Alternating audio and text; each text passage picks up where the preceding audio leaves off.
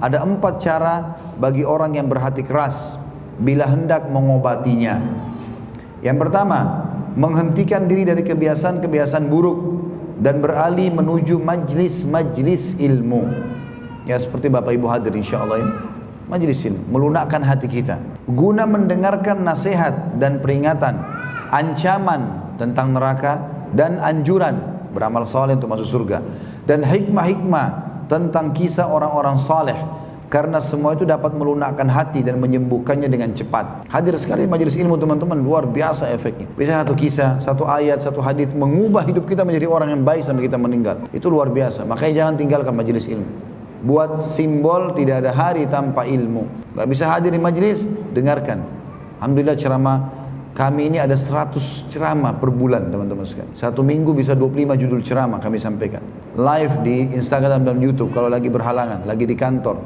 Ibu-ibu lagi masak di rumah, keluarganya, sampaikan. Ada ini Instagram, ada Facebook, ini ikutin. Dari pagi sampai malam, 3, 4 sampai 5 jadwal biasanya kami isi.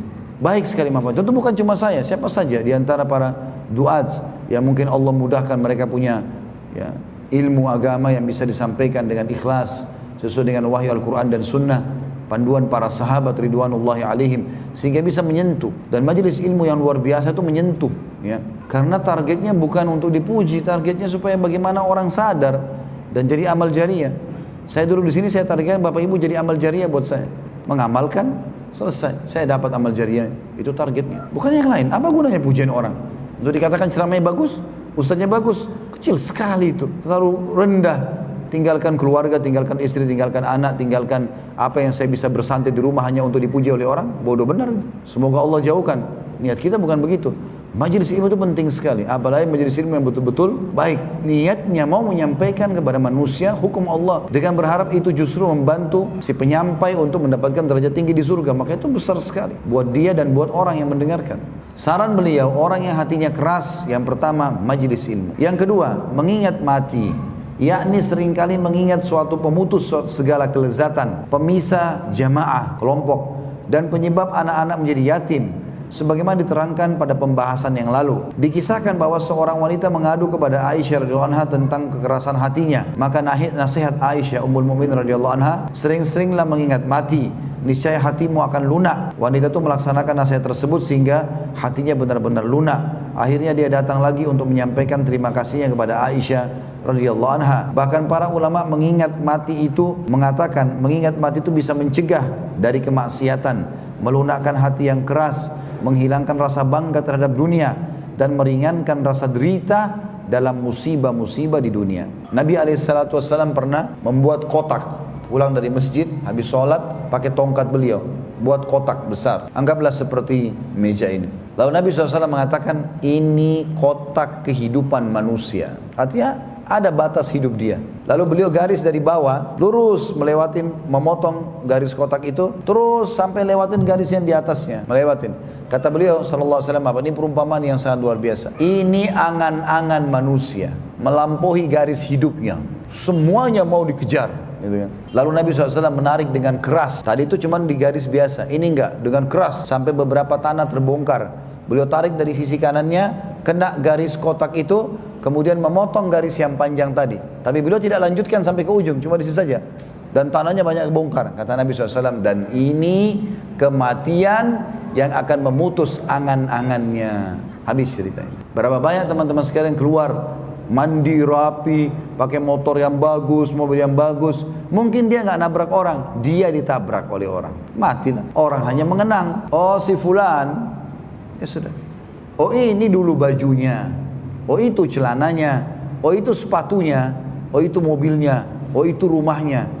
Dan itu tidak akan berjalan lama teman-teman sekalian. Nggak akan bertahan lama. Mungkin ayah kakek kita atau kakek kita dulu sudah tidak ada rumahnya. Mana rumahnya? Begitu aja kita nanti. Rumah yang kita beli, lama-lama dibagi warisan, lama-lama dibeli orang lain, lama-lama begini dan begitu, ayo sampai habis. Dunia begitu, hanya kenangan. Ya kan bersama kita amal yang selalu teman-teman lalaikan. Sholatnya malas, tunda-tunda, asal jadi saja, tidak khusyuk, malas, tidak mau zikir pagi sore, nggak mau baca Al-Quran, nggak mau hadir di majelis ilmu. Ini sampai kapan mau lalai-lalai terusin? Ya. Yang ketiga, menyaksikan orang yang akan meninggal dunia. Kalau ada kesempatan, ini juga di poin kedua ini pernah ada seorang salafus saleh teman-teman. Beliau selalu menggali liang lahat di belakang rumahnya dan masuk ke situ, masuk ke dalam, duduk sebelum tidur malam. Itu saja berapa menit, kemudian beliau masuk kembali lagi ke tidur di kamarnya. Gara-gara itu gak pernah tinggalin sholat tahajud. Gara-gara itu dia masuk liang lahatnya sendiri. Itu luar biasa. Saya pernah adakan pelatihan teman-teman sekalian di Makassar waktu itu. Di Jakarta juga berapa kali pernah saya adakan pelatihan itu. Di masjid saya bicara masalah kematian kurang lebih 2 jam. Masalah kematian, huru haranya, segala macam hadis-hadisnya, proses kematian orang beriman, proses kematian orang fasik, orang kafir, segala macam. Setelah itu saya minta panitianya, tolong panitia galikan liang lahat di sebelah masjid, lubang saja 1 kali 2 meter. Kebetulan waktu itu masjidnya memang ada tanah. Kayak ini kan mungkin padat dengan bangunan ya, tapi itu tanah ada. Saya minta geranda jenazah disiapin, saya minta kain kafan dengan seluruh perlengkapan jenazah juga disiapin. Habis selesai ceramah saya bilang, Bapak Ibu, ada kebetulan waktu itu di masjid yang saya tablik akbar, di lantai 2 ada perempuan akhwatnya, ada panitia akhwat. Sudah saya sampaikan sebelumnya ada pelatihan ini. Lalu saya bilang, Bapak Ibu kita akan coba ya, pelatihan menjadi jenazah 5 menit. Ada yang mau ikut? Ada satu bapak berdiri. Saya Ustaz. Baik. Bapak nanti naik di sini ada meja mungkin 2 kali dari ini ya, lebih besar dari ini. Di situ ditaruh kain kafannya oleh panitia. Saya bilang Bapak nanti naik ke atas meja ya. Ini kain kafan akan kami bungkus badannya Bapak. Tapi saya minta satu. Kalau Bapak sudah baik, tutup matanya, renungi Bapak sudah meninggal. Seakan-akan sudah mati. Anggap kalau sudah mati lah. Renungi seperti itu. Bisa? Bisa Ustaz. Baik. Nanti apapun yang saya ucapkan Bapak renungi. Baik Ustaz. Naiklah dia. Begitu naik, baring. Orang semua saksikan waktu itu. Ditutup. Begitu subhanallah saya bilang tutup matanya Pak. Dan renungi sekarang, anggap Bapak meninggal dunia. Pada saat panitia meletakkan kain kafan pertama kali sentuh pipinya Bapak itu, nangis dia. Ditutup mata, dia bayangkan dia mati, ditempel di pipinya, dia nangis. Kemudian ditutuplah, diikat sampai kakinya, diikat bagian perutnya, tangannya pun kami letakkan di atas dada gitu kan, kiri di bawah dan kanan di atas. Lalu saya bilang, Pak, sekarang teman-teman panitia sedang membungkus jenazahnya Bapak, badannya Bapak ini. Bapak bahkan tidak bisa protes kepada panitia, jangan tangan kiri di bawah, tangan kanan aja. Nggak bisa, ikut semuanya. Diikat kah, dilepas pakaiannya kah, semuanya sama. Bapak dengar di masjid ini, apapun hiruk-piruknya, ada orang ngomong, ada orang ketawa, ada orang nangis. Kebetulan itu ada orang nangis di masjid.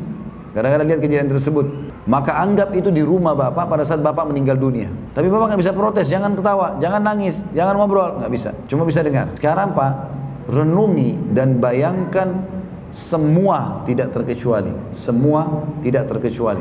Peluang amal saleh yang Bapak sia-siakan. Kesempatan sedekah nggak mau sedekah, kesempatan sholat duha nggak mau, sholat malam nggak mau, ke masjid nggak mau, puasa nggak mau, nggak mau, semua nggak mau. Dan Bapak butuh dengan pahala itu.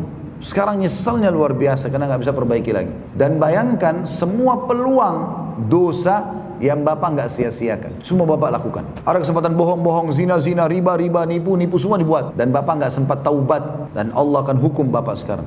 Itu dia nangis Bapak itu, luar biasa dia terisak-isak. Sampai banyak jemaah di masjid nangis waktu itu. Selesai saya bilang, Pak, jenazahnya Bapak kami akan angkat sekarang di geranda jenazah. Taruh di geranda, resapi Pak. Tubuh Bapak tersentuh geranda ini resapi dan bayangkan bentuknya ya. Naiklah, kemudian saya bilang sekarang kami akan bawa Bapak ke liang lahat, kebetulan di sebelah kanan masjid waktu itu. Jalanlah, begitu jalan saya bilang pakai mic, saya kembali ikut. Pak, ini detik-detik terakhir Bapak bersama kami. Renungi itu. Jalan sampai ke sebelah masjid, liang lahatnya saya sendiri turun. Saya buatin gumpalan tanah, lalu saya taruh di situ. Kemudian saya suruh turun. Ayo kita turunkan. Bapak jangan buka mata. Turun, kemudian turunlah. Saya ikut pada saat itu saya turun lalu diletakkan menghadap kiblat gitu ya. Seperti ke liang lahat apa adanya. Setelah itu saya bilang semua panitia keluar, tutup pakai kain jadi gelap. Terus saya bilang, Pak, sekarang buka matanya. Kami sudah tidak ada di dalam liang lahat itu. Dia sendiri Bapak itu. Renungi, inilah tempatnya Bapak sekarang. 1 kali 2 meter. Rumahnya Bapak yang mewah, mobilnya yang mewah, keluarganya segala macam sudah nggak ada. Sekarang Bapak sendiri. Sebentar lagi kami akan tutup kuburan ini dan Bapak akan ditanya oleh malaikat tentang pertanyaan yang bisa menentukan Bapak selamat atau tidak di akhirat. Sudah selesai, saya diamin mungkin sekitar setengah menit. Bilang, baik Pak, sekarang kami akan keluarkan Bapak. Kita tidak tutup tentunya dengan tanah, kemudian dibuka kain tersebut, kita keluarkan bantu dia. Itu tuh dia keluar dari liang lahat teman-teman sekalian, sempoyongan Bapak ini. Jalan kayak orang pusing gitu. Saya pegang, saya bawa ke masjid di depan mihrab begini, duduk melantai. Untuk itu kami melantai. Terus saya bilang, Pak, ini mik, tolong ceritain ke jamaah bagaimana rasanya jadi jenazah 5 menit. Itu dia pegang mic gemetar. Ustaz, saya tobat Ustaz, saya durhaka sama orang tua, saya nggak sholat, saya begini. Dia cerita keburukannya sambil nangis, sambil tutup mata, seakan-akan di masjid ini nggak ada orang. Mungkin kalau tidak terjadi itu tadi dia nggak mau ceritain. Tapi dia sendiri cerita, kita tidak minta cerita sih sebenarnya, cuma pengalaman dia rasakan. Dia merasa menyesal kenapa dia lakukan semua perbuatan itu. Sudah selesai, orang kedua coba, orang ketiga coba, sampai 5-6 orang. Yang akhwatnya ada 1 orang yang coba di atas, ibu-ibu pingsan. Selesai, saya tutup acara, saya mengatakan, Bapak Ibu sekalian, ini cuma pelatihan. Kita masih bisa pulang ke rumah loh.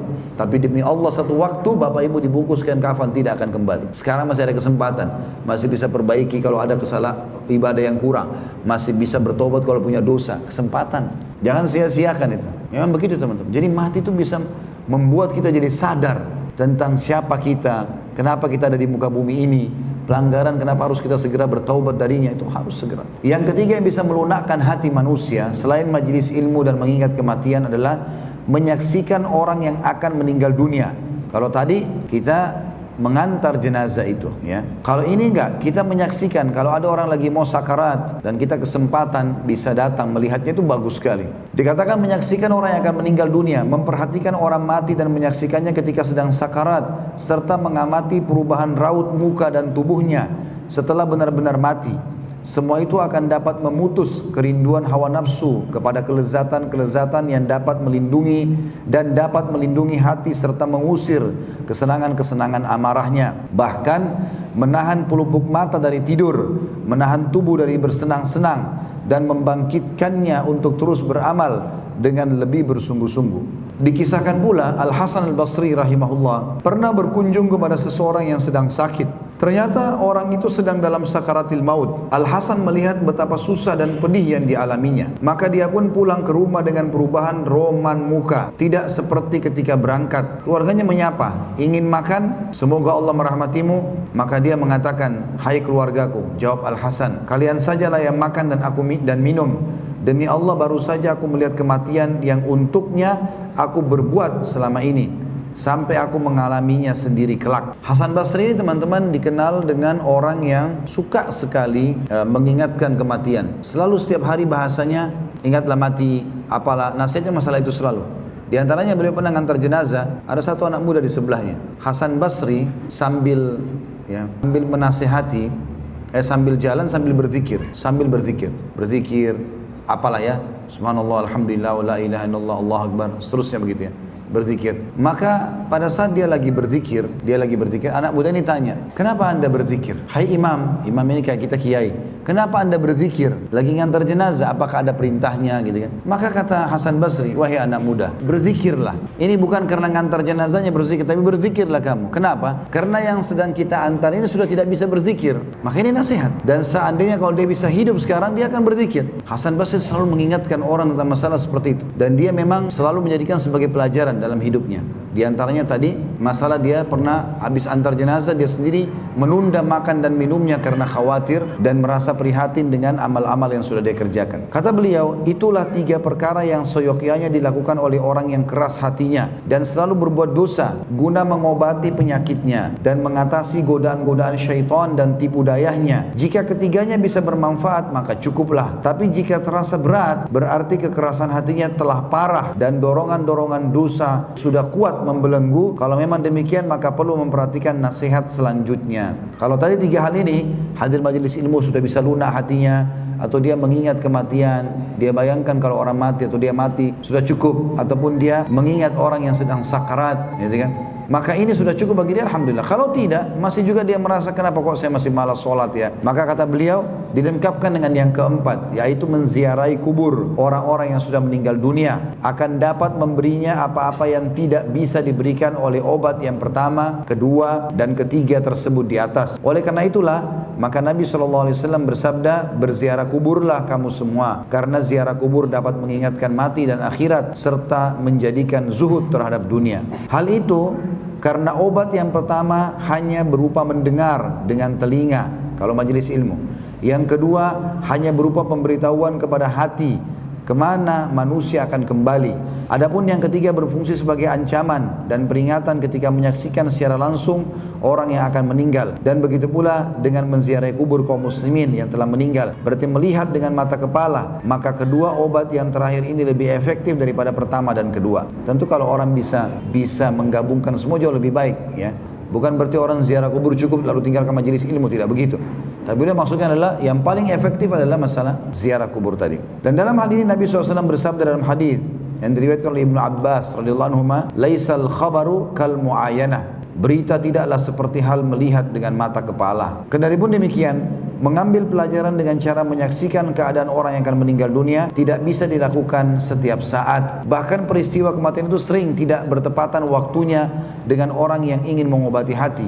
Maka tidak bisa dilakukan kapan saja. Berbeda dengan ziarah kubur. Adapun cara ini bisa dilakukan kapan saja secara lebih cepat dan manfaat yang bisa diambil darinya pun lebih layak dan nyata. Maka bagi orang yang berniat ziarah kubur, hendaklah melaksanakan tata caranya yang benar dan menghadirkan hatinya dikala masuk ke pelatarannya.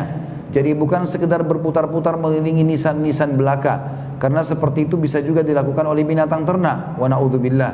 Orang yang berziarah kubur itu terlebih dahulu berniat untuk memperoleh ridha Allah, karena itu perintah, memperbaiki kerusakan hatinya atau memberi manfaat kepada si mayit dengan bacaan Al-Quran yang dibaca di sisinya.